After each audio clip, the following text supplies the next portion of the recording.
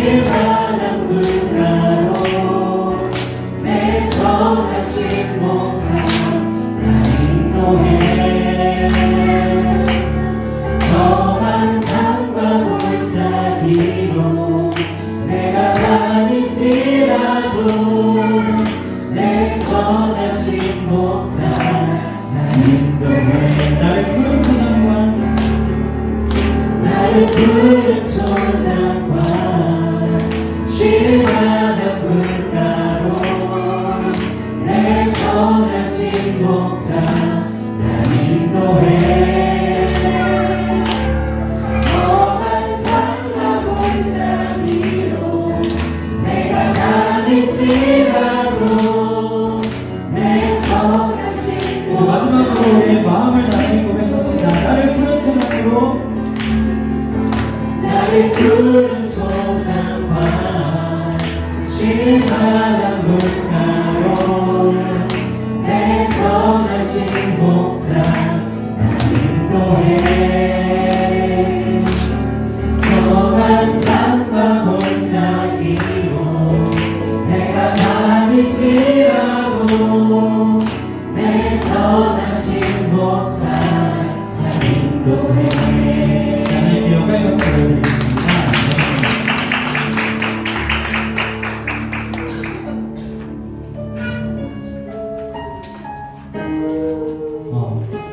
제가 신방 다니면서 이제 한번 이야기했던 건데 우리들이 쉴 수 있는 시간이 언제일까요? 했을 때 자는 시간, 책 읽는 시간, 취미 운동, 취미 생활하는 시간 여러 가지가 나의 쉬는 시간이 될 수 있지만 우리의 영혼이 정말 쉬는 시간은 말씀을 읽는 시간이라고 생각을 합니다.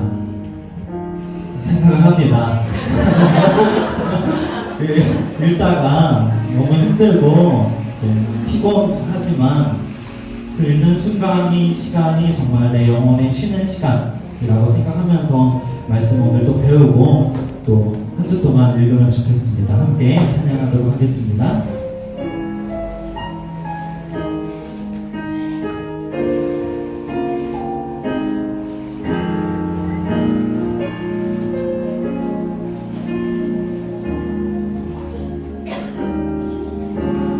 내가 주님 알기 전 주님 날 먼저 아시고 나 주님 사랑하기 전 주님 날 사랑하셨네.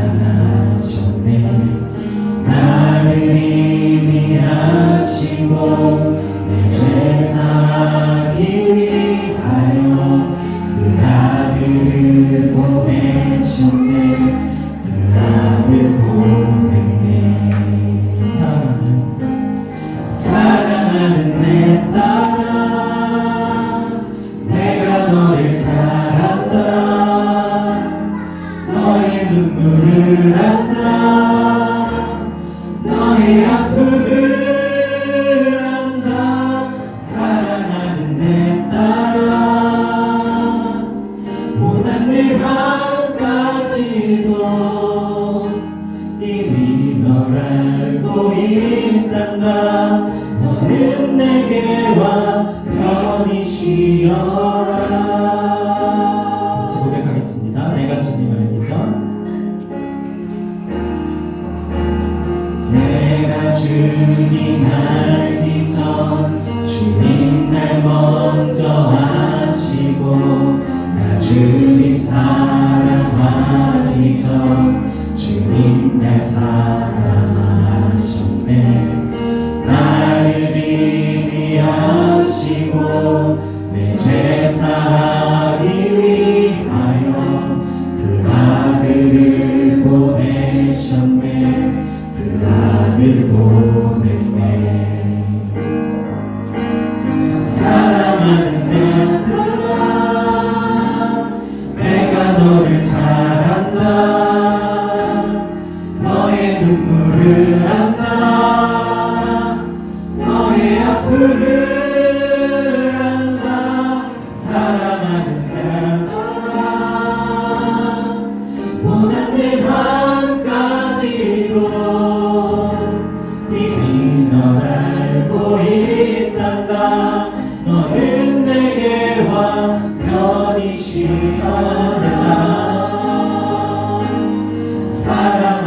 내 딸아 내가 너를 사랑한다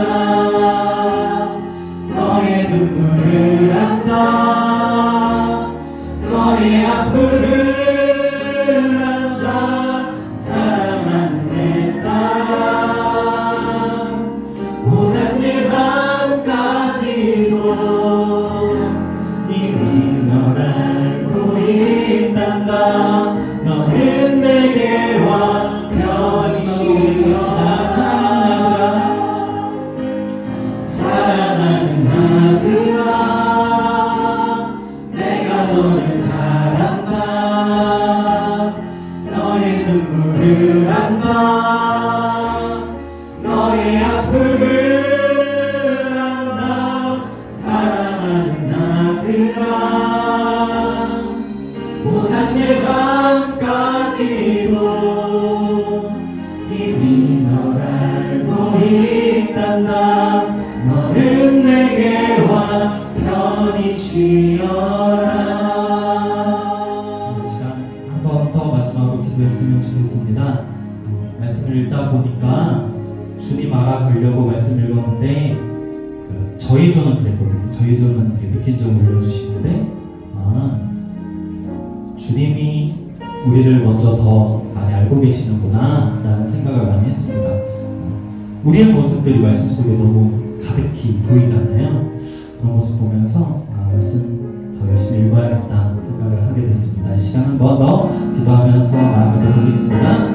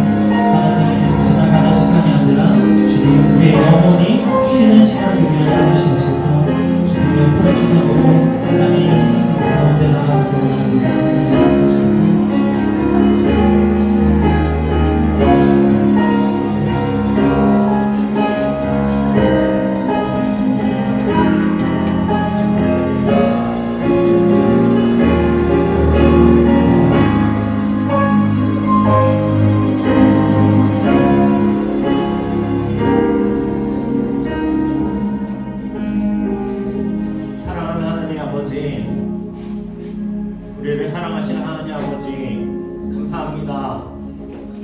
우리로 주님 안에 거하게 하시고 주님을 찬양하게 하시고 주님 아무 자격 없는 우리를 주님의 백성 삼아주셔서 감사합니다.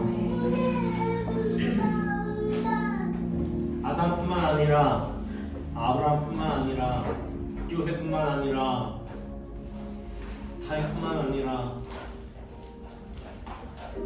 우리도 주님의 백성 되게 하심에 감사합니다.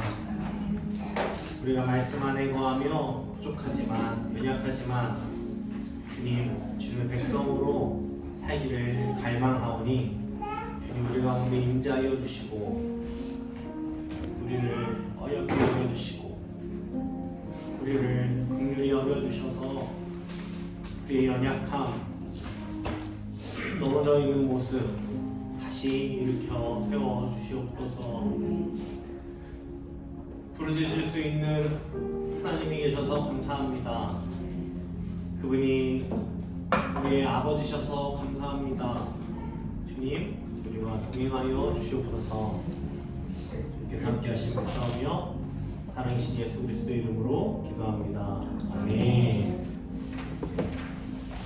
죄송한데 제가 이럴 줄 눈물 흘릴 줄 모르고 휘지를 못 친 것 같은데 휘지를 틀어주시면 감사하겠습니다. 당황스럽네요. 네. 찬양은 은혜롭게 해주셔가지고 네.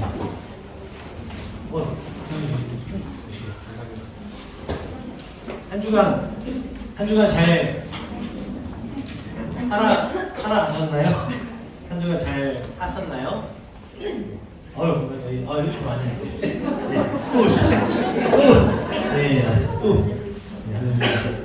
감사합니다. 네, 이렇게 찬양하고 예배하고 말씀 보니까 좋으시죠? 한 주간 말씀 잘 읽으셨어요? 네. 저한테 이제 몇몇 분들 오셔서 막 항의도 하시고 마음이 약했죠. 저는 마음이 약한 사람이잖아요. 그래서 줄여야 되나요? 네, 그냥 가자고. 그냥 가자고 하셔가지고 그냥 가지겠다 생각하고 있습니다. 네, 한 주간 의외로 많은 분들이 제가 생각했던 것보다 훨씬 많은 분들이 잘 끝나고 계시더라고요. 저는 한 믿음이 없어서 한 10%나 이렇게 하실까 했는데 제가 봐서 10% 빼고는 다 지금 빠짐없이 하시는 것 같아요. 근데 어떤 한 남자 집사님 한 분이 저한테 조용히 오셔서 너무 많은 거 아니냐 분량이 우리 아내가 죽을라 그런다. 밤에 애도 막 재워놓고 새벽에 이렇게 누구라고 말씀 안 드릴게요. 근데 막 평소에 그렇게 잘하는 것 같지 않은데 유독 그때 와가지고 저한테 너무 많다. 자기 아내가 너무 힘들어한다. 그래서 막 이러시더라고요. 저는 신약도 같이 하고 있습니다. 그리고 저 강의 준비하느라고 지금 죽겠습니다. 할 말이 없네요. 열심히 하세요. 이렇게 다음번에 집단도 같이 하셔야죠. 그러니까 네 수고하세요. 이렇게 가셨습니다. 네, 정말 새벽까지 그렇게 올리시고 참 귀하시고 어제는 우리 사랑하는 민수기 목사님이 형광펜을 주문을 하시겠다고 말씀 놓기 때문에 그러냐 그러니까 그렇다고 교회에서 불을 켜고 자기가 올리는지 안 오면 얼른 이제 보고 있어가지고 부담스러워가지고 올려야 되겠다고 이렇게 열심히 해야 되겠다고 그러시더라고요. 그래서 다들 우리 감시를 서로 하면서 이렇게 하시는 것 같고 그리고 너무 여기서 나 아직 책도 못 펴봤어요 하시는 분도 계시죠? 네. 포기하자. 네, 일부러 제가 진짜 아는데 일부러 안 봤어요. 근데 큰 부담감 느끼지 마세요. 읽으시는 분들은 읽으시는 분들대로 최선을 다하시고 또 나 못하겠다 포기하자 이러지 마세요. 왜냐면요 우리가 말씀을 가까이 시도하는 것 자체가 엄청난 가치가 있는 거예요. 일주일 전이랑 한번 비교해보세요. 일주일 전이랑 이거 처음 시작하기 전이랑 일주일 동안 나에게 불편함이 막 생겼잖아요. 그죠? 말씀을 읽어야 되는 막 가시 같은 읽어야 되는데 여기는 모두가 100% 하는 생각이에요. 말씀 읽어야 되는데 성경 내비게이션 공부해야 되는데 일주일 전에는 안 했던 생각을 지금 우리 하고 있는 거예요. 말씀을 읽는 것 때문에 스트레스를 받고 있는 거예요. 평소에는 그렇게까지 뭐나 한번 언젠가는 읽어야 되겠는데 이런 분들이 실질적으로 이제 와서 부담을 느끼시잖아요. 그래서 그런 말씀에 더 가까이 읽어야 되겠다는 그런 부담이 있으시죠. 네, 다 있어요. 그러니까 포기하지 마시고 같이 이렇게 하셨으면 좋겠어요. 우리의 목적을 이미 이룬 거예요. 그냥 그렇게 어떨 때는 자리를 지키면서 중요한 건 우리 100% 다 말씀을 읽어야 된다는 부담감이 다 있다는 거. 그게 너무 귀하고 그래서 이 자리가 귀한 거예요. 그러니까 우리 같이 끝까지 포기하지 마시고 다들 포기하지 마시고 그렇게 하셨으면 좋겠습니다. 자, 우리 지난 시간 복습을 좀 해보려고 그래요. 우리 같이 그 다음 5페이지 5번 PPT로 좀 넘어가 주시면 감사하겠습니다.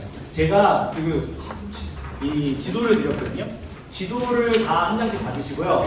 오늘은 말씀 나눔지는 준비를 했는데 이거는 이따가 조별 나눔 시간에 할 거예요. 이거 조별 나눔 시간에 할 거고 오늘은 지금은 뭐 할 거냐? 이 지도에다가 이 시간은 무슨 시간일까요?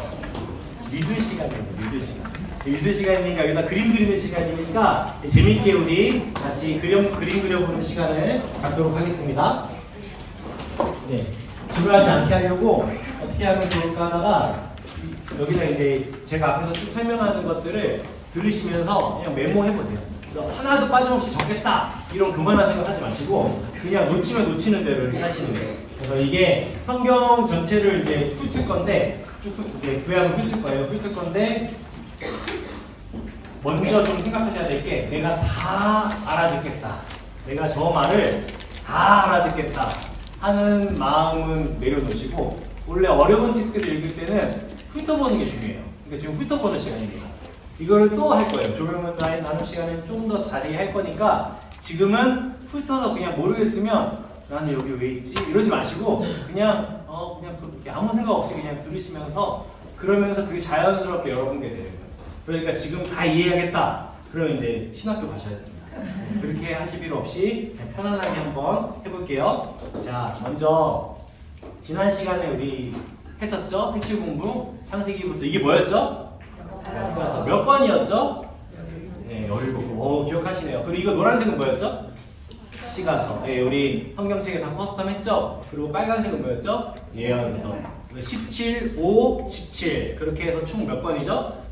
네, 39번. 그것이 우리가 지난 시간에 배웠던 내용이에요. 이 분류가 이제 굉장히 여러분이 숙지하시면 좋습니다. 오늘은 뭐 할까요? 오늘은 자, 우리 22페이지. 네, 감사합니다. 세계지도입니다. 세계지도. 우리나라 어디 있을까요? 여기. 우리나라. 네, 우리나라 자랑스러운 대한민국 여기 있습니다. 네, 엄청 이제 커다란 대륙 가운데 옆에 우리나라가 있습니다. 그럼 성경의 배경은 어디일까요? 성경의 배경? 네, 우리가 지난 시간에 성경의 지필 배경은 세계사라고 했어요. 그죠? 왜냐면 하나님께서는 온 인류를 우주를 다 창조하시고 이 지구도 이 세계도 하나님께서 창조하셨기 때문에. 그런데요, 그 가운데도 유독 하나님께서 무대로 삼으셨던 곳은 구약의 무대로 삼으셨던 곳은 어디냐? 바로 이곳입니다. 우리나라에서 조금 멀리 떨어져 있는 이곳, 우리가 지금 알고 있는 중동 지역, 이곳이 성경의 특히 구약 성경의 주 무대가 되는 지역이죠. 이걸 우리는 고대 근동이라고 해요. 그죠? 지금이 아니라 옛날에 성경 시대 그때를 고대 근동이라고 합니다. 좀 확대를 해보면요, 어디냐고요? 여기죠, 그죠? 아프리카, 유럽 그 사이에 그죠? 있죠? 이거 고대 근동인데요. 더 확대를 해보면 이렇게 됩니다. 주민 하면은 이제 여기서 이 가나안이라고 쓰여 있는 이곳이 바로 여러분이 아시는 팔레스타인, 예루살렘, 아니 이스라엘 되겠습니다. 이게 우리나라 지금 현재는 어떤 국가로 되어 있나 좀 봐볼게요. 네, 여러분이 아시는 티그리스강, 유프라테스 강이 이렇게 흐르고 있습니다. 우리 세계사 시간에 배웠어요, 그죠? 그리고 이제 보면은 현대 국가들은 어떻게 돼 있냐? 여기 이제 이스라엘이 있어요. 이스라엘이 있고 또 여기 옆에는 뭐가 있을까요? 이집트가 있죠. 또 뭐가 있죠? 요르단 우리랑 축구 자주 하는 나라잖아요, 그죠? 요르단. 그리고 그 옆에 커다란 사우디아라비아가 있어요. 네, 사우디아라비아가 있고 또 그 위에 이라크. 네, 우리가 알고 있는 그 이라크 맞습니다. 이라크 전쟁 나고 했던 그 이라크가 이곳에 있어요. 그리고 그 위쪽에는 뭐가 있을까요? 시리아 난민들 막 이렇게 발생하고 그런 곳이 여긴 거예요. 자, 이 시리아. 그리고 그 위에 레바논. 우리 그 전에 계셨던 레바논의 선교사님도 계셨죠? 레바논이 이스라엘 바로 위쪽에. 여러분이 아시는 레바논의 백향로, 그 레바논이 여기입니다. 네. 이거는 뭐냐 쭉 보시라고. 네, 지금 그 위에는 터키였던 트리키에가 위에 있습니다. 그죠? 그리고 옆에는 또 이란. 네. 그리고 여기 조그마한 여기 뭘까요? 쿠웨이트. 네. 이 우리가 잘 익숙히 들어봤던 그 나라들이 현대 지금 국가들입니다. 네, 이거는 그냥 참고 여러분이 아시라고 그냥 중동 국가들을 보여드렸던 거고요. 여기서 창조 이후에 선악과 사건, 그리고 가인, 여러분이 지금 읽고 계시는 그 내비게이션에서 보면은 가인 스타일의 사람들, 하나님의 왕권을 무시하는 그 사람들, 또 아벨의 스타일의 사람들, 이 배경이 되는 곳이 바로 이곳입니다. 네. 창세기 1장부터 11장의 배경이 되는 곳이죠. 그리고 노아 홍수로 전멸되고 또 노아 홍수 이후에 새 아들의 어떤 새 문명, 그곳이 이제 이곳이에요. 에덴으로 추정되는 지역이요. 이거 확실하진 않지만 학자들이 되게 많이들, 어떤 분들은 아프리카로 보시는 분도 계세요. 근데 사실은 에덴으로 추정되는 지역이 이 바로 메소포타미아 문명이 있는 티그리스 강과 유프라테스 강이 흐르는 요 사이를 에덴으로 추정합니다. 많은 학자들이. 네. 그리고 요 지역을 우리가 세계사에서도 많이 말하는 메소포타미아 문명이라고 하는 거예요. 여기가 이제 성경의 구약에 있는 바벨론 문명, 이런 문명들이 이제 이런 번화 문명 가운데 큰 강을 4대강 중에 있잖아요. 큰 세계적인 강 사이에 있는 그 문명이 발생한 곳. 이곳이 바로 이제 창세기 1장부터 11장의 그 문명, 여러분이 지금 쭉 읽어오셨던 그곳에 있는 바벨탑에 그 흩어져 있는 그런 내용도 이곳에 이제 되는 것이죠. 그리고 바벨탑 사건은 바벨론의 어떤 모체가 되는 상황이 돼요. 그래서 바벨탑 사건으로 흩어져서 끝나는 것이 아니라 그 가치관이 바벨론의 가치관이고요. 그리고 우리가 아는 높이 그 가치관이 사실은 세계 문명의 가치관이, 그것들이 사실은 지금까지도 흘러오는 바벨론의 문명인 것이죠. 그것이 이제 이곳에서 시작됐다는 거. 이 바벨론 제국도 이곳에서 이제 시작이 되었습니다. 자, 그러면은 이스라엘의 이 세계사의 국사가 이렇다면 이스라엘의 국사 어떻게 시작됐을까요? 이스라엘의 역사도 역시 여기서 시작됩니다. 아브라함, 이삭, 야곱 그 후손 70명의 식구가 팔레스타인 땅에서 사는 이야기, 그게 창세기죠. 그리고 나서 이집트 저 밑으로 이제 내려가는 이야기까지가 이제 끝나는 것이 12장에서 50장까지의 이야기입니다. 근데 우리가 이 일들을 쭉 살펴볼 건데요. 여기서부터 이제 우르부터 해서 이제 하나님께서 선택하신 백성, 그 시초가 되는 아브라함부터 민족을 이루는 일들이 시작되는데요. 여기서 우리가 포인트를 잡아야 되는 게 있어요. 핵심적으로 우리가 놓치지 말아야 되는 게 뭐냐? 국민, 주권, 영토. 하나님은 뭘 하려고 하시냐면요. 아브라함이 이쁘니까 불러내서 뭘 복주시고, 그런 개인적인 아브라함의 개인적인 개념도 그런 의미도 있지만, 더 넓게는 하나님 뭘 하시려고 하시는 거냐면 아브라함을 통해서 하나님 나라, 백성을 삼고 싶으신 거예요. 그러니까 사실은 백성, 우리나라에도 뭐가 필요하죠? 국민이 없으면 어떻게 나라가 존재하겠어요? 그죠? 그리고 주권이 없으면, 우리가 일제시대에 살았다면 우리는 대한민국 사람들이 아닌 거죠. 그죠? 주권이 없는 사람들은 나라가 있는 게 아닌 거죠. 나라를 잃은 거죠. 또 영토가 없으면서 나라가 있다고 말하지 않죠.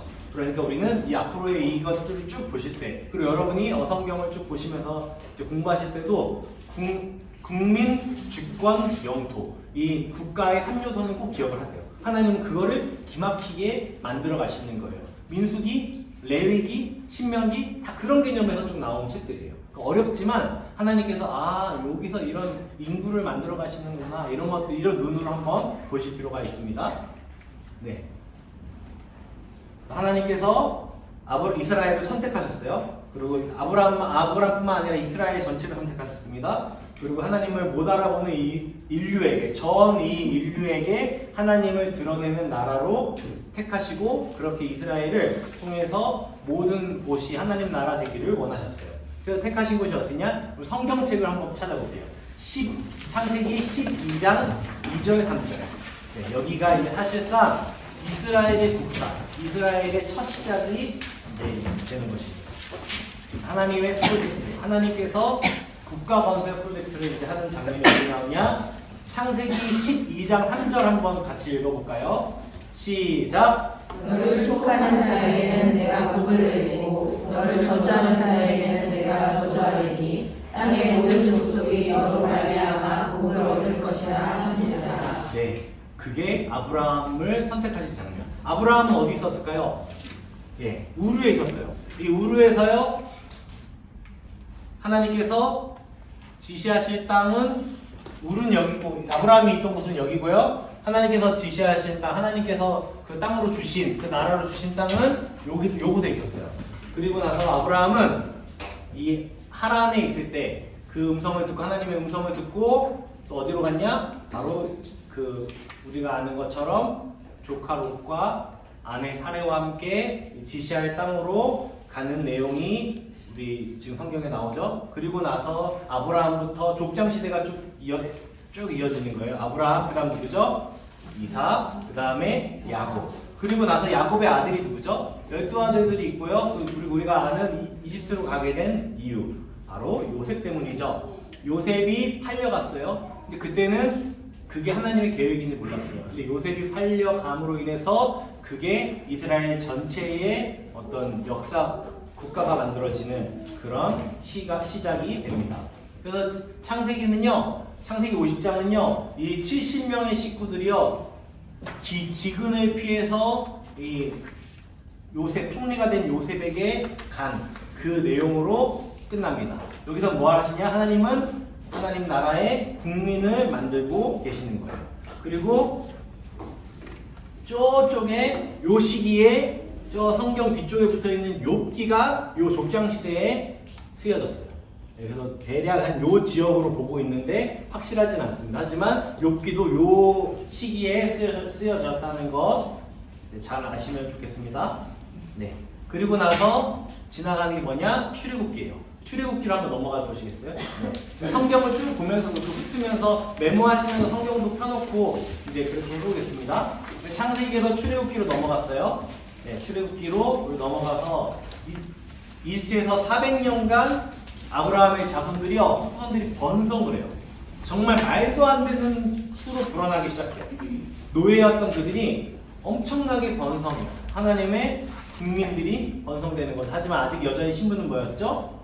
노예였죠. 네, 그것들 우리가 기억하고요. 그래서 히브리 민족의 번성으로 또 애굽의 사람들이 위기를 느껴서 그게 이제 출애굽기 초반에 나오죠. 남자 아이를 살해하는 명령을 하죠. 바로가 1장 출애굽기 1장 22절에 그 내용들이 나와요. 그죠?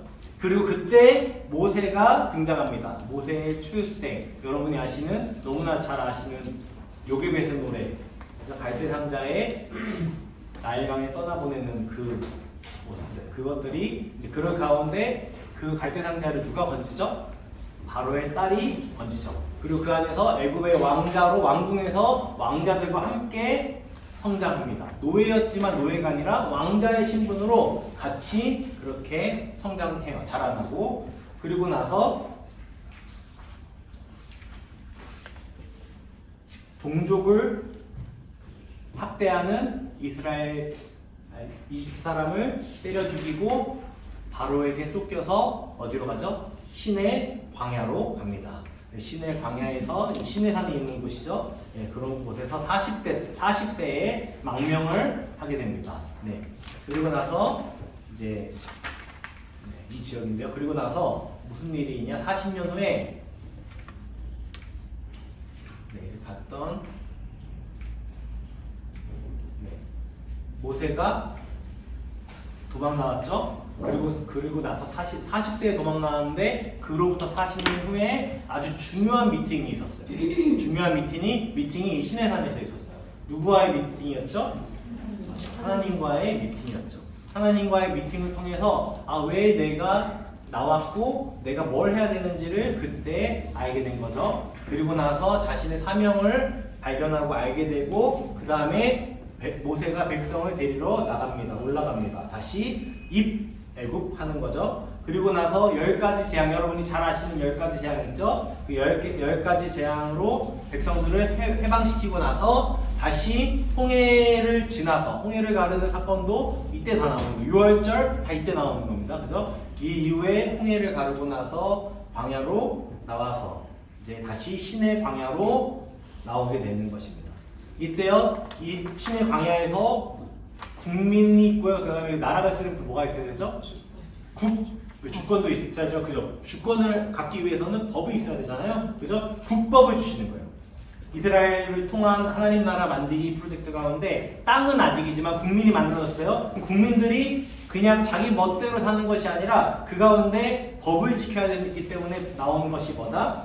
바로 언약, 그리고 법, 성만, 이것을 통해서 이들의 생활 문화를 이제 국민들이 만들어졌잖아요. 이 노예로 또 애굽에 있는 모든 생활 문화를 언약, 법, 성막을 통해서 다시 하나님께서 국법으로 또 다시 국민으로 만들어 가시는 거예요. 이때 레위기 발생합니다. 레위기로 한번 넘어가 볼까요? 네. 이때 레위기가 이제 그래서 레위기의 이런저런 여러 가지 것들이 사실 하나님께서 어린아이에게 하나하나 신발 신는 것부터 알려주는 것처럼 밥은 어떻게 먹어야 돼, 뭔 어떻게 해야 돼, 어른한테 어떻게 해야 돼 이런 거 가르쳐주는 것처럼 모든 예절과 모든 가정교육, 하나님의 백성으로서는 이렇게 살아야 돼 이런 것들을 다 가르쳐주시는 게 뭐다? 레위기예요. 그리고 실습하는 시간들이 뭐다? 광야 시간 가운데 그런 것들을 실습하고 있는 것이죠. 네. 그리고 나서 1년의 시간이 이곳에서 지납니다. 1년의 시간들이 지나고 아직은 시내산에 있어요. 아직은 시내산에서 그 이제 거하고 있고요. 이때요 인구조사 명령이 떨어져요. 국방부 병력 조사와 똑같아요. 왜냐? 이들이 이제 다시 가나안 땅, 약속의 땅으로 들어가는데 이미 거기에 있는 이방 족속들이 있잖아요. 그들과의 전쟁 가운데 준비를 해야 되니까 이들에게 인구를 조사하라 그래요. 그게 이제 민수기로 넘어가는 과정입니다. 근데요, 이때요 70명으로 시작했잖아요. 근데 60만 명이나 돼요. 엄청난 숫자가, 그것도 남녀 포함된 게 아니라 전쟁에서 싸울 수 있는 숫자가 60만 명인 거예요. 그러면 대략 한 200만 명 정도로 추정해도 적은 숫자거든요. 그 많은 숫자가 그곳 가운데 있는 거죠. 그리고 1년 뒤에 시내산에서 드디어 이동을 합니다. 가데스 바네아. 가데스 바네아가 있는 바란 광야로 이제 이동을 합니다. 이게 민수기예요. 민수기 펴 보시면 민수기 12장 내용이 이곳에 있습니다. 네, 민수기 12장 내용이 거기 있어요. 그리고 가데스 바네아에 도착하자마자 이제 가나안 정복을 위해 정탐꾼을 보내라는 하나님의 명령이 떨어져요. 여기서 우리가 잘 알고 있는 12정탐꾼이 이때 사건인 거죠. 그 명령을 받았어요. 그리고 나서 이제 가데스 바네아로 가고, 그리고 이스라엘이 이제 이동해서 가데스 바네아로 가서 하나님께 정탐을 해 명령을 받고 12정탐꾼이 받았는데요. 명령을 받은 이 1세대가요. 그들을 정탐하고 나서 살만한 땅인지 그 민족은 어떤지를 보는데 네피림의 후손인 아낙 자손들, 거기에 여러분이 아시는 골리앗 이런 사람들 다 거기에 어마어마한 거인들이 사실 그들을 보고 이들이 스스로를 메뚜기로 여기고 가나안 정복을 포기해요. 그리고 불평하게 해요. 이들의 습관처럼. 그 결과 하나님께서 어떻게 하셨냐? 그냥 38년을 가데스 땅에서 살게 하십니다. 그렇게 1세대는 여기서 죽어요. 이 광야에서 죽습니다. 이스라엘 민족은요, 아말렉 전쟁에서 이집트에서 나와서 아말렉 전쟁에서도요, 특별한 하나님의 은혜로 승리했어요. 위에서 모세가 손을 올리니까 이기고 내리니까 지는, 말도 안 되는 일들을 다 경험했는데도 불구하고 늘 함께 하셨음에도 불구하고, 하나님께서 늘 함께 하셨음에도 불구하고, 그럼에도 여전히 불평, 불만 가득한 메뚜기들로 정체성을 버리지 못하니까 하나님께서 특단의 조치를 내리십니다. 어떻게 하신 거죠? 너네 메뚜기야? 내 백성인 줄 알았는데, 내 군사인 줄 알았는데 메뚜기야? 그러면 다 죽어. 너네 못 들어가. 너네 들어갈 수 없어. 그리고 그들이 죽는 시간 38년을 여기서 속된 말로 뺑뺑이를 돕니다. 네. 그리고 드디어 광야 38년 이후에 드디어 광야 2세대가 이제 모든 것들을 다 1세대들이 다 끝나고 나서 드디어 광야 2세대가 성인이 됐어요. 그리고 이 가데스 바네아를 떠나 에시온게벨로 넘어갑니다. 그리고 에돔으로, 그리고 모압으로, 그리고 암몬으로, 그리고 아모리 족속까지. 그래서 아모리 족속을 물리치고 이곳을 요단 동편을 점령합니다. 네, 그것이 지금 민수기에 쭉 나오는 내용이고요. 그 가운데 이 2세대가 됐잖아요. 2세대가 되려면 1세대가 인수인계를 잘 안 해주니까 교재가 남아있지 않는 거예요. 그죠? 1세대는 다 알잖아요. 그러면 2세대는 몰라요. 그래서 뭐가 나온 거죠? 그 가운데 새로운 신간 도서가, 교육교재가 발간되는 거예요. 모세의 고별 설교. 민수기의 모든 쭉 가면서 내용이 민수기에 다 기록되어 있고요. 그리고 새로운 2세대를 위해서 발간된 게 뭐다? 신명기인 거예요. 이 신명기 내용은 뭘까요? 모세의 고별설교예요. 근데 이 고별설교는 1세대가 아니라 가나안 땅으로 들어가야 되는 2세대를 위해 쓰여졌어요. 그리고 그들을 위해서 기록됐는데요. 그곳에서 모세는요, 무슨 내용을 얘기를 했냐면 출애굽의 모든 상황을 설명해요. 왜요? 2세대는 모르니까. 하나님께서 어떻게 구원하셨고 어떻게 이끄셨는지를 모르니까 그것을 쭉 설명해줘요. 그리고 나서 너네가 가는 땅에 얼마나 많은 우상들이 판치고 있는지를 말해줘요. 네. 바알, 다곤, 부모스, 몰로, 아테나, 아스타로, 이런 모든 많은 것들을 통해서 이 가나안 백성을 이 땅에서 이 온갖 우상이 하나님 모르는 온갖 세상의 것들로 가득한 곳에서요 구별되어서 하나님 백성으로 사는 방법을 설명하는 게 신명기. 그리고 우상을 섬기는 사람들에게 하나님을 선포하라고 하는 게 신명기. 신명기는 그런 교육 교재인 거죠. 그리고 나서 모세가 죽은 후에 가나안 땅을 정복하죠. 하나님 나라 백성에게 드디어 뭐가 생긴 거죠? 영토가 생겼습니다. 네, 모압 평지에서 이제 쭉 생기는 거. 이제부터가 중요한 거죠. 이스라엘 지역은 하나님 이 지역이요. 하나님 백성으로 잘만 살면은 모든 곳에 허브 역할을 할 수 있는 아주 핵심적인 노른자 땅이거든요. 하나님의 백성으로 살아간다면 이방인들에게 본이 되는 지역이에요. 수많은 이방인들에게. 그래서 그들에게 하나님의 사명을 드러낼 수 있는 곳이 이곳이에요. 그래서 이곳에 넘어가서 여호수아에서 쭉 나오는 내용들. 땅을 분배받고 이제 정말 국가다운 모습으로 쭉 간 것이죠. 이것이 요단 서편, 요단 동편 이 모든 땅을 이제 이스라엘 백성이 받았어요. 그리고 이제 뭐만 하면 돼요? 하나님의 백성으로 잘 살기만 하면 돼요. 근데 그 다음 장에 뭐가 오죠? 여호수아 다음에 사사기가 오는 거예요. 사사기. 이 내용들은 이따 다시 설명드리겠습니다. 지금까지 지나온 것 설명드리면요. 하나님께서 콕 집으셨어요. 누굴 집으셨죠? 아브라함을 찍으셨어요. 아브라함 한 명이 아니라 하나님 나라 백성을 삼기 위한 하나님 민족 만들 하나님 나라 프로젝트가 시작된 거라고 그랬어요. 그래서 하란으로 그리고 가나안 우리 이스라엘로 약속의 땅으로 그리고 창세기 이후에 출애굽기에서는 이집트로 이집트에서 또 출애굽하는 장면 신의 광야로 그리고 그곳 가운데 레위기에서 하나님의 법들이 또 세워지고 그리고 민수기에서 여러 광야 생활 1세대의 38년 생활 또 2세대로 넘어가는 이 모든 일들이 민수기에 기록되어 있다고 했어요. 이때 신명기 왜 발생됐다?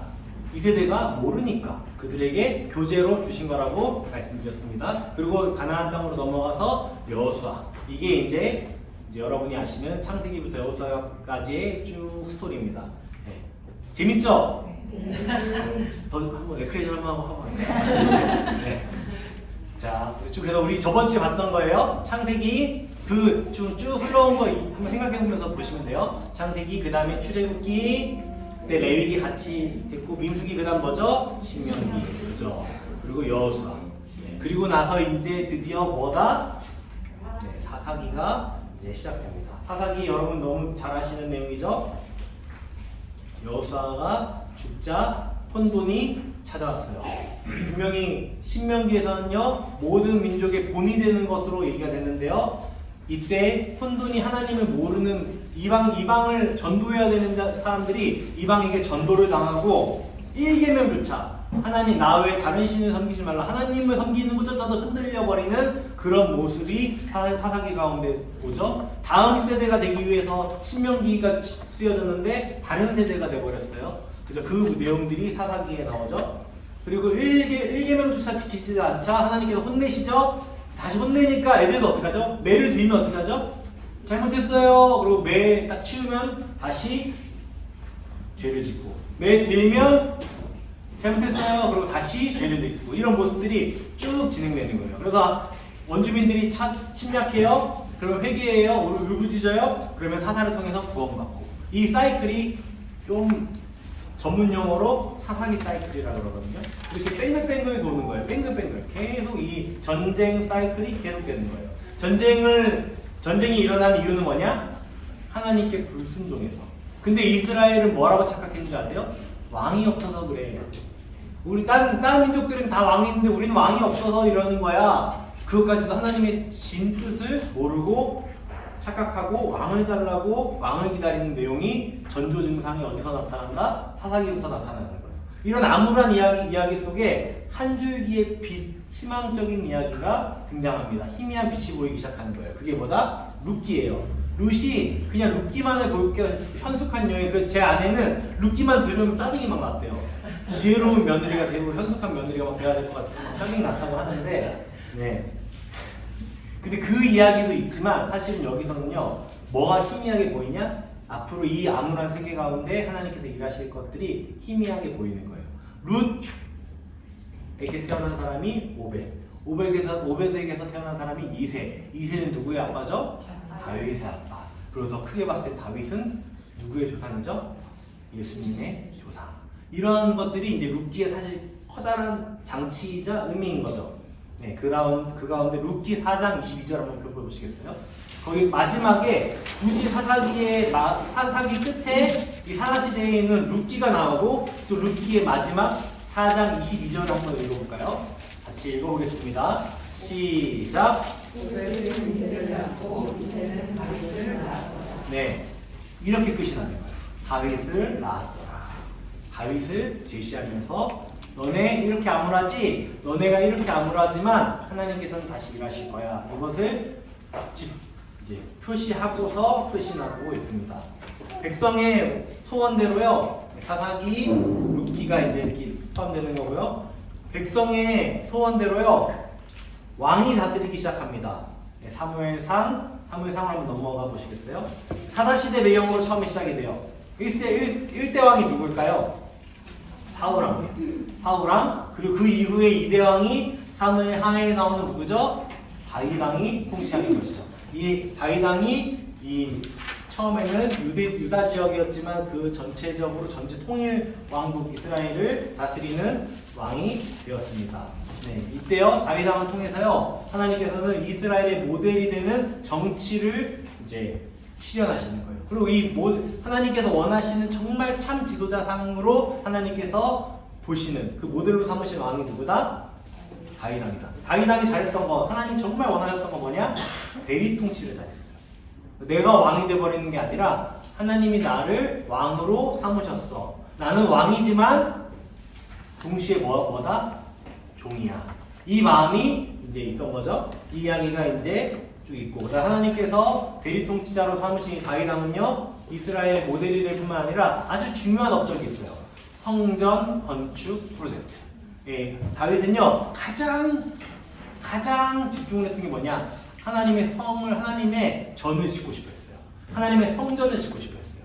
자기의 성도 아니고 하나님의 성전을 짓고 싶어 했어요. 그래서 하나님이 그 성막 가운데 거하시는 걸 너무나 슬퍼하면서, 그리고 나서 전쟁에서 나가는 곳마다 이겨요. 근데 그게 그냥 다윗이 싸움을 잘하고 끝나는 게 아니라 그 전쟁에서 이기고 나서 뭘 얻었죠?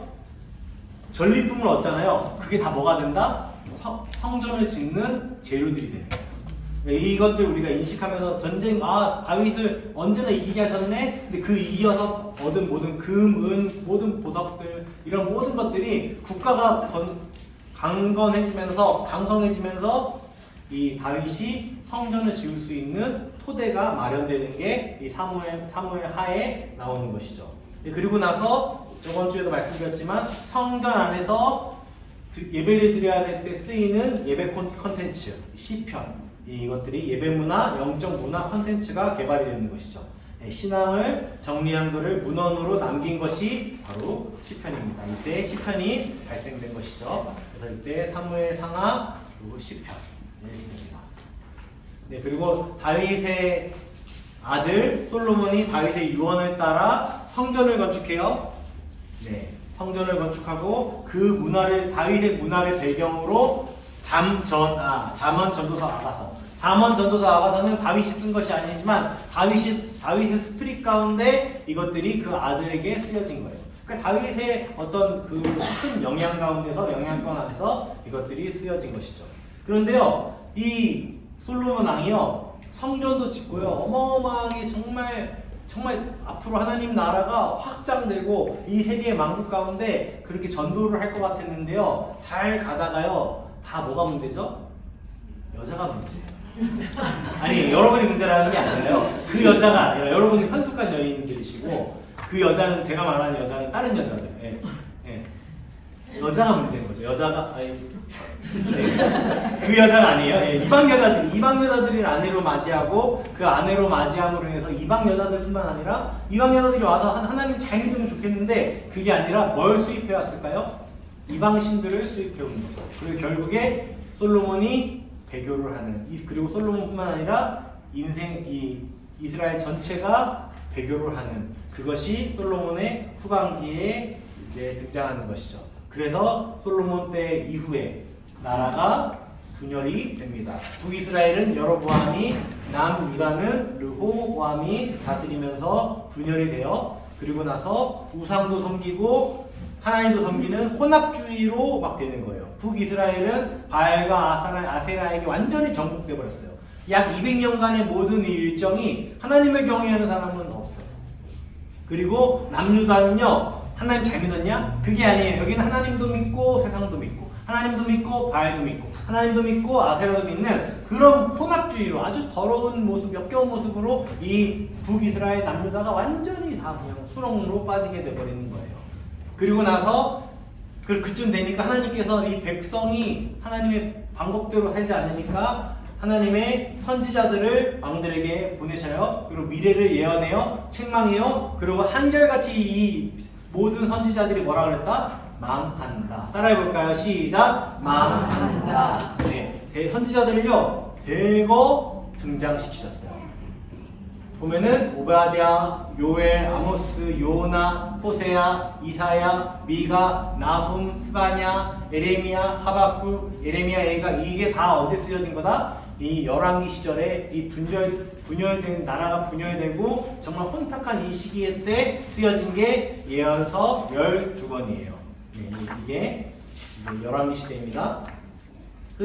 실제로 선지자들의 예언대로요, 정말로 북이스라엘은 아수르에게 빵 하고 멸망합니다. BC 720년, 21년, 22년경에 북이스라엘이 멸망을 해버려요. 그리고 남유다는요, 남유다도 시간 차이지, 남유다도 이 바벨론이라는 곳에서 이 제국을 통해 망합니다. 1차 침공, 2차 침공, 3차 침공으로 빵 망해버려요. 그래서 BC 586년, 7년경에 남유다까지 폭삭 망해버리는 거예요. 이 가운데 예레미야, 여러분이 아시는 눈물의 선지자 예레미야, 이때 등장한 거예요. 예레미야는요, 이 망해버린 이 망국 과정을 보면서, 지켜보면서 함께 걷습니다. 그 망국을. 네. 그리고 예레미야는 뭐라고 선포했죠? 남유다의 미래를 계속 예언하면서 너는 망할 것이다. 망할 것이다. 그리고 70년 뒤에 다시 귀환할 것이다. 그 후에는 꼭 하나님만 바라보고 살라고, 하나님이 왕이시다. 그러니 하나님께로 돌아오라. 이 예레미야의 주요 메시지죠. 그리고 같은 시기에 이 다니엘이 에스겔과 함께 포로로 바벨론 땅으로 잡혀가서 포로 공동체의 리더로 활동합니다. 다니엘은 1차 포로 때 바벨론으로 잡혀가서 고위직을 맡았죠. 여러분이 아시는 것처럼 우리가 아는 총리 중에 한 사람이 됐어요. 그죠? 그리고 바벨론 왕에게 패망할 것을 예언했어요. 그리고 새로운 나라들이 등장할 것을 예언했죠. 그리고 에스겔은 2차 포로 때 다니엘 이후에 두 번째 포로, 2차 포로 끌려갈 때 바벨론에게 와서 심판과 구원의 하나님의 말씀을 선포하고 또 성전에 대한 선포를 성전이 무너진다, 회복된다, 이것을 선포했죠. 이것도 결론적으로 이 에스겔, 다니엘과 마찬가지로, 예레미야와 마찬가지로 하나님이 왕이시다, 그러므로 하나님께 돌아와라. 이 내용들이 쭉 되어 있던 거죠. 그래서 이 무대 A는 예루살렘, 무대 B는 바벨론에 있습니다. 네. 이것이 이 가운데 뭐가 발생됐을까요? 다니엘과 에스겔서가 이제 발생됐습니다.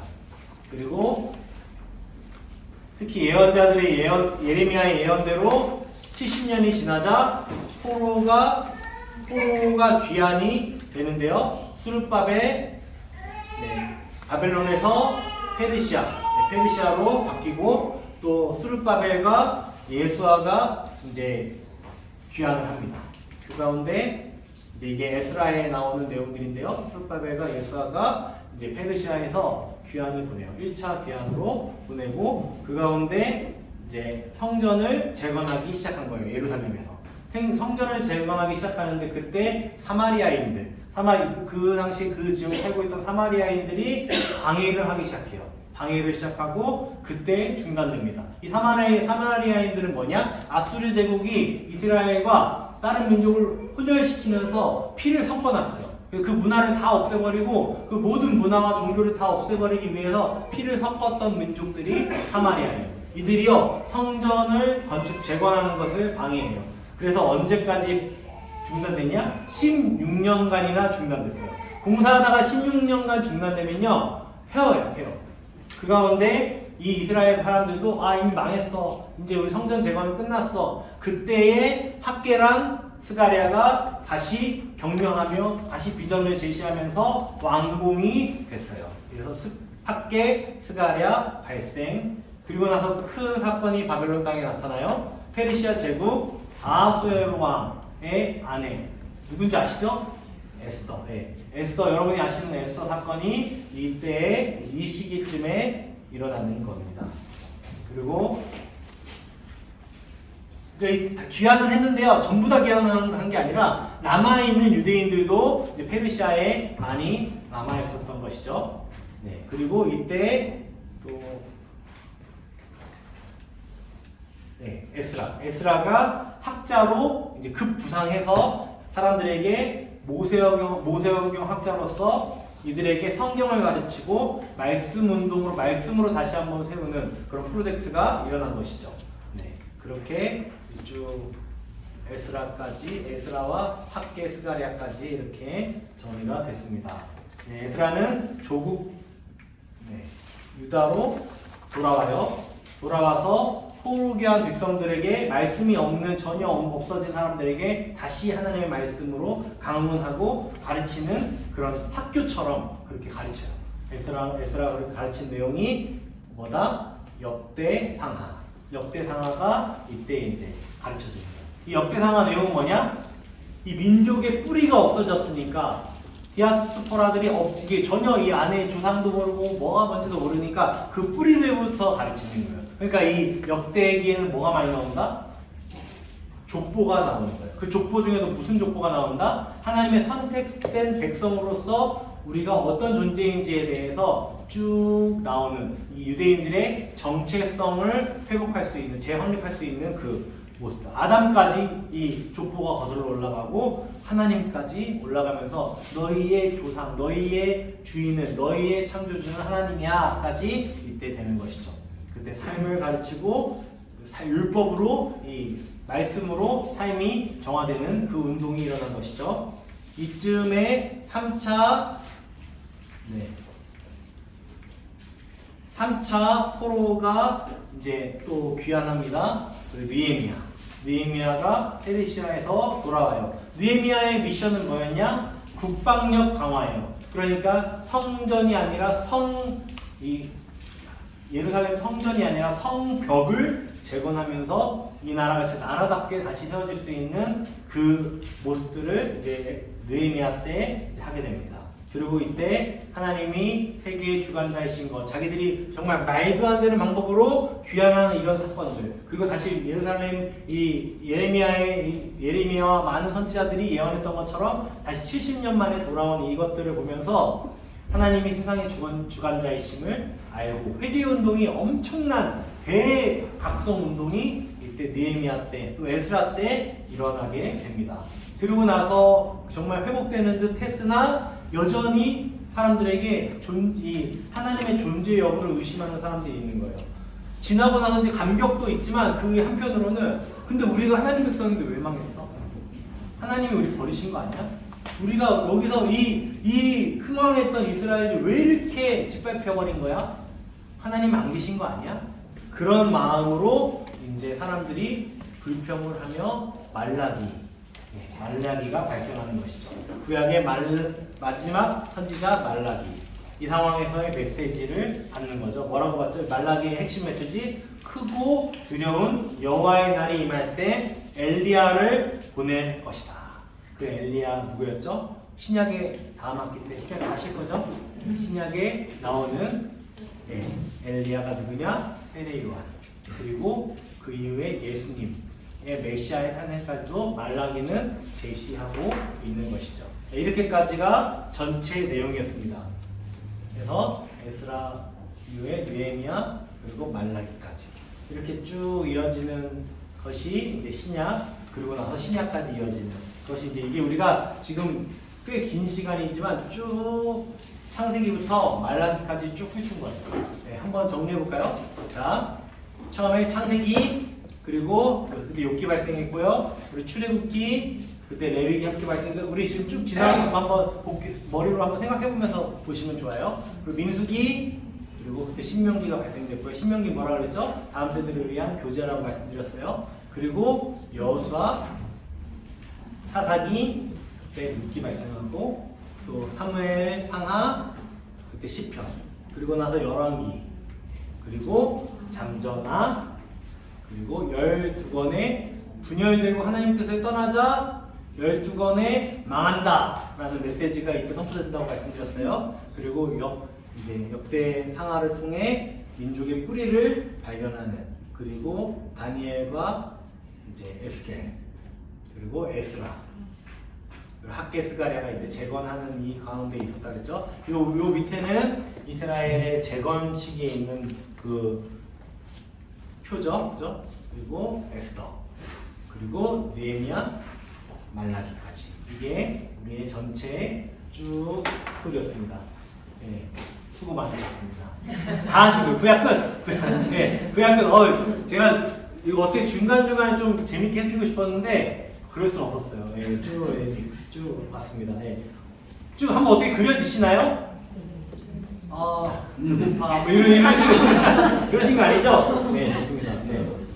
우리 좋아요. 우리 이렇게 이것들요, 그냥 지금은 그냥 부담 없이 이해 안 되는 게 당연해요. 이해 안 되는 게 당연합니다. 당연하니까 이것들이, 이 내용들이요, 앞으로 쭉 하면서 머릿속에 그려지는 거예요. 다 그려질 거예요. 확실합니다. 안 돼요? 그럼 저한테 말씀하세요. 제가 도와드릴게요. 자, 우리 같이 이 시간 마무리 좀 하려고 그러는데요. 여러분, 말씀 읽느라고 힘드시죠? 괜찮으세요? 은혜가 되세요? 네, 은혜가 좋습니다. 네, 우리 마태복음 4장에요, 사탄이 예수님을 시험해요. 40일을 금식한 예수님을 시험해요. 뭐라고 시험하냐면, 너 배고프지? 너 하나님 아들이면은 돌이 떡이 되게 해. 떡덩이가 되게 해. 이렇게 하니까 예수님이 뭐라고 그러시냐면요, 사람이 떡으로만 살 것이 아니야. 사람이 떡으로만 살 것이 아니라 하나님의 입으로부터 나오는 모든 말씀으로 살 거야. 이렇게 말씀하세요. 근데 우리가 여기서 떡으로만이라 그러잖아요. 이 떡으로만, 말씀으로만, 떡으로만 하면 우리는 마치 뭔가 취사 선택을 할 수 있는 것 같이 보이는데요. 원어에서 보면요, 이게 떡으로만의 정확한 뜻은 뭐냐면요, 너 떡을 배고프지? 떡 빨리 먹어. 너 딴 거 말고 떡부터 먹어. 너 먹고 사는 문제가 더 중요해. 이렇게 사탄은 늘 우리에게도 말해요. 근데 예수님 뭐라고 말씀하셨냐? 사람이 떡으로만, 이게 정확한 뜻으로 뭐냐? 떡을 향하여 사는 게 아니야. 사람이 하나님의 입으로부터 나오는 말씀을 향하여 사는 거야. 방향이에요, 방향. 선택이 아니라 방향인 거예요. 그러니까 여러분, 이 말씀도요, 마찬가지입니다. 예수님처럼요, 우리가요, 세상의 떡을 향해서 향해서 사느냐, 말씀을 향해서 사느냐. 사실 우리 이 차이인 거예요. 그러니까 그런 의미에서 우리는요, 정말 복받은 사람들인 거예요. 지금 뭐 하려고 모인 거예요? 말씀을 향하려고. 우리가 늘 우리에게 쫓기는 일로 세상은 말해요. 너 먹고 사는 문제 있잖아. 중요한 문제 있잖아. 너 그거 지금 말씀 읽을 때 아니잖아. 너 그 예배할 때 아니잖아. 하나님 음성 들을 때가 아니잖아. 그거 보기에 겨운 소리야. 그 음성이요, 여러분한테만이 아니라 사역하는 저에게도, 교육자들에게도 늘 그런 얘기가 있어요. 야, 너 지금 팔자 좋다? 네가 지금 그러고 있을 때야? 네 앞가림만 좀 해. 너 지금 너 상황이 어떤 줄 알아? 그런 얘기가 저한테도 늘 오거든요. 그게 뭐다? 떡으로만 살아. 예수님한테도 그러셨는데 우리한테 당연히 그러겠죠. 마귀는. 우리는 더 만만할 텐데. 그죠? 근데 그 가운데 우리가 고백해야 되는 고백은 뭐냐? 급하고 바쁜 일도 있지만 내가 방향을 전환하는 시간이 이 시간인 거를 여러분 믿으시기 바랍니다. 못하셔도 괜찮아요. 그걸요, 그냥 무덤덤하게 계실 사람 아무도 없어요. 아, 내가 말씀을 향해 살아야 되는데, 내가 한쪽이라도 한자라도 봐야 되는데, 오늘 틈나면 내가 이거 해야 되는데. 저도요, 이 말씀 녹화하고 나서 변화가, 가장 큰 변화가 뭔지 아세요? 짬짬이 시간들이 의식이 되기 시작해요. 소파에 그냥 딱 앉아요. 아, 내가 이러면 안 되지. 지금 이렇게 있을 때 차라리 말씀이라도 봐야지. 누우려고 눕는데, 아, 이러면 안 되지. 조금이라도 보고 누워야지. 그렇게 되더라니까. 근데 저만이 아닐 거예요. 여기 있는 분들 다 마찬가지일 거예요. 다 마찬가지예요. 짬짬이 시간들 가운데 우리가 뭐 급하고 바쁜 일로 쫓기는 가운데 우리의 모습이 전환이 방향 전환되는 그 귀한 역사가 우리 가운데 지금 일어나고 있는 것이죠. 그러니까 우리가 정말 기뻐했으면 좋겠어요. 하나님 날 사랑하시는구나. 날 사랑하셔서 나의 체질을 바꾸기 원하시는구나. 너무 바쁜 줄 알았는데 알고 보니까 조금 그런 틈새가 있더라고요. 너무 바쁜 줄 알았는데 저도 모르게 유튜브를 막 보는 시간이 있더라고요. 그런 시간들이 우리에게 체질 개선되는 시간이 이 시간이 되기를 축복합니다. 우리 이 시간 오늘 우리 처음 불렀던 찬양인데요. 주 내 소망은 제가 지난주에 들어가는 걸 틀려서 오늘은 꼭 틀리지 말아야 되겠다는 게 각오하고 있는데요. 우리가 이 시간 좀 기도했으면 좋겠어요. 여러분 어떤 마음이세요? 부담돼. 할까 말까, 그냥 포기할까? 포기하실 수도 있어요. 그런데 중요한 건요, 그 포기하셔도요, 이 자리에 이렇게 나와서 이곳에서 시도하는 것 자체가 우리가 끊임없이 우리의 방향을요, 하나님의 말씀, 하나님의 입으로부터 나오는 그 생명의 말씀을 향하여 있다는 거예요. 우리가 그 고백을, 감사의 고백을 올려드렸으면 좋겠어요. 하나님 감사해요. 다 이해되진 않지만, 지금 우리가 다 이해하고 제가 이것들이 다 제가 소화되는 건 아니지만, 그럼에도 이 고백처럼 말씀을 향하게 하시면 감사해요. 이런 고백이 우리 모두에게 있기를 축복합니다. 우리 주 내 소망은 함께 찬양하시고 잠깐 기도하는 시간 갖겠습니다. 주 내 소망은 주 내 소망은 주너 알기 원합니다. 주너 알기 이전보다 더 가까이 이전보다 더 가까이 가기 원합니다. 오 주의 품에 오 주의 품에 기대기만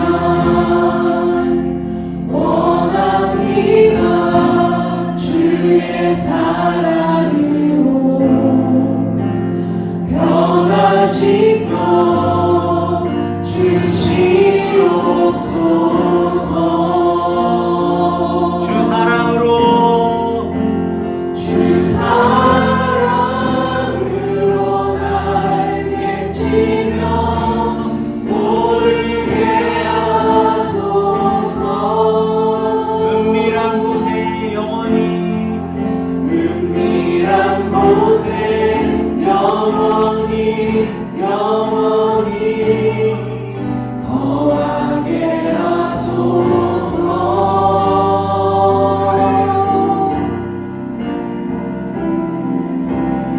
오 주의 사랑 부끄러워 않겠어요. 주의 사랑으로 변화시켜 주시옵소서. 우리 이 시간 한번 기도하며 나아가기 원합니다. 하나님 우리에게 하나님의 사랑, 하나님의 모든 인류 역사 가운데 우리를 향하여 쏟으신 그 사랑을 알기 원하십니다. 우리가 그 거대한 사랑을 다 알 수 없지만은 우리에게 감사한 것은 우리가 그 말씀을 향하여 있다는 것입니다. 우리가 말씀을 읽는 것에, 주의 말씀을, 하나님의 마음을 아는 것에 더욱더 향하기 원합니다. 나의 모든 시간과 관심과 모든 에너지가 주님께 향하기 원합니다. 주님을 더욱 사랑하기 원합니다. 그런 고백으로 우리가 나아가기 원합니다. 우리 같이 이 시간 기도하며 나아가겠습니다. 기도하시겠습니다. 하나님 아버지, 사랑하는 집사님들, 사랑하는 권사님들을 예수 그리스도로 축복하며 기도합니다. 주님, 우리가 이 이 세계의 모든 역사 가운데 우리에게 이루신 모든 사랑을 우리가 다 알 수 없지만은 다 이해할 수도 없지만은 주님 우리가 그럼에도 감사한 것은 이것을 우리에게 밝히 알려주시기 원하시고 우리가 알기 원하신다는 것을 우리가 압니다. 느낍니다. 주님 이 시간을 통하여 우리가 말씀 녹음을 통하여 우리의 삶의 체질이 개선되기 원합니다. 세상을 쫓고 먹고 사는 문제, 떡으로 바꾸는 문제, 돌들로 떡으로 바꾸는 문제, 집중해야 했던 나의 삶, 내 배고픈 것을 향해 가는 것의 마음들, 이것들을 다 내려놓고 주님을 사랑하며 주님의 말씀 가운데 사랑의 하나님이 입으로부터 나오는 말씀을 향하여 살도록 우리의 마음을 나아가게 해주시옵소서. 우리의 몸을 나아가게 해주시옵소서. 주님을 경외하며 주님 앞에 선언합니다. 주님을 예배합니다. 주님을 예배하시고 우리의 모든 삶 가운데 우리의 24시간 365일이 주님의 말씀을 향하게 해주시옵소서. 떡이 아니라 떡을 향하여 살려는 이 세상의 사탄의 떡을 우리가 기울이지 아니하고 말씀을 향하여 할 수 있도록 우리의 모든 시간과 모든 관심과 모든 것들을 향할 수 있도록 은혜를 더하여 주시옵소서. 성령님 우리에게 주관자 되어 주시옵소서. 성령님 우리에게 중보하여 주시옵소서. 우리의 모든 것들을 주님께 올려드립니다. 주님 홀로 영광 받아 주시옵소서. 우리가 동행하여 주시옵소서. 우리에게 모험마다 어린걸음마다 말씀이 기다라지게 하시고 생각나게 하시고 말씀이 동행하여 주셔서 나의 생각 가운데 떡을 향하여 사는 생각이 있지 않도록 떡을 향하여 걸어가는 생각으로 주님 늘 언제나 주의 말씀 가운데 향하여 살 수 있도록 주님 붙들어 주옵소서. 이 말씀과 그러한 장치를 연합니다. 성경 구약 내비게이션이 그러한 장치를 연합니다. 하나님의 살아계신 말씀이 그러한 장치를 연합니다. 주님 함께하여 주옵소서. 주님 붙들어 주옵소서. 주님 함께하여 주옵소서. 충만한 게 없어요.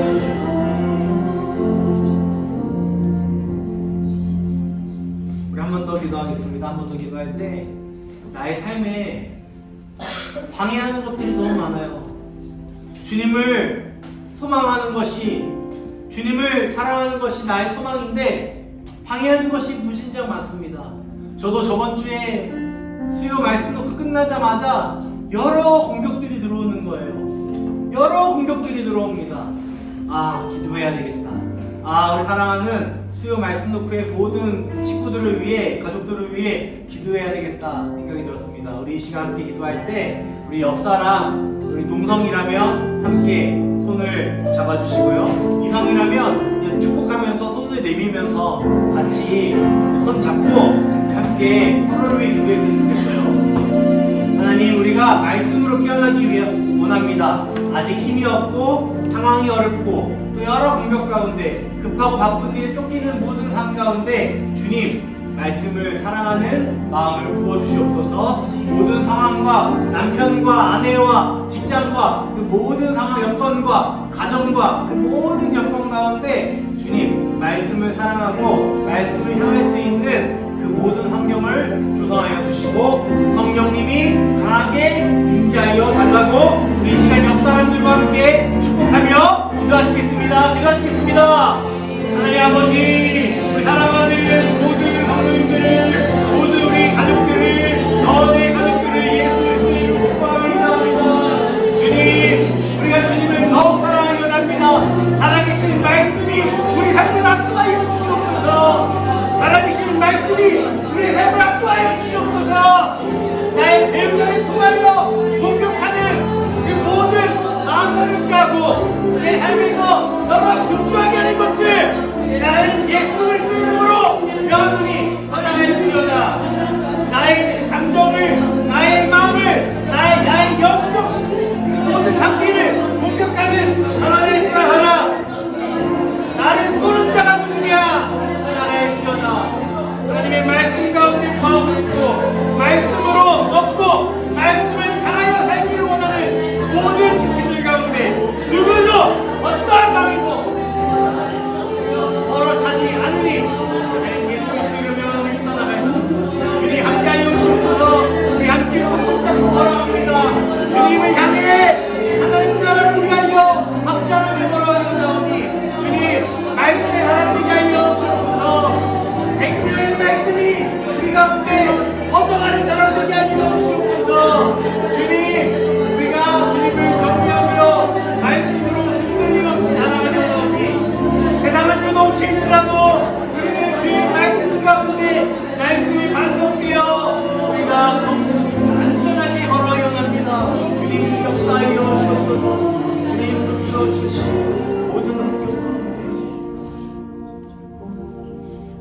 주님, 사랑하는 주님, 감사합니다.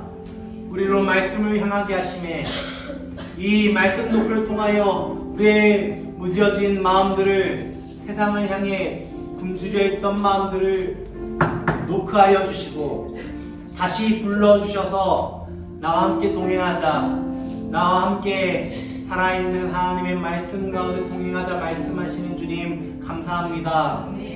우리에게 많은 아픔이 있어요. 많은 서러움이 있어요. 많은 분주함이 있어요. 많은 영역에서 주님을 향하지 못하는 수많은 일들이 있어요. 그러나 주님, 우리의 마음 아시죠? 사랑하는 내 딸아, 사랑하는 내 아들아, 내가 너를 다 안다. 이 고백이 우리에게 말씀하시는 고백인 줄 믿습니다. 우리가 이 상황 가운데 몸부림칠게요.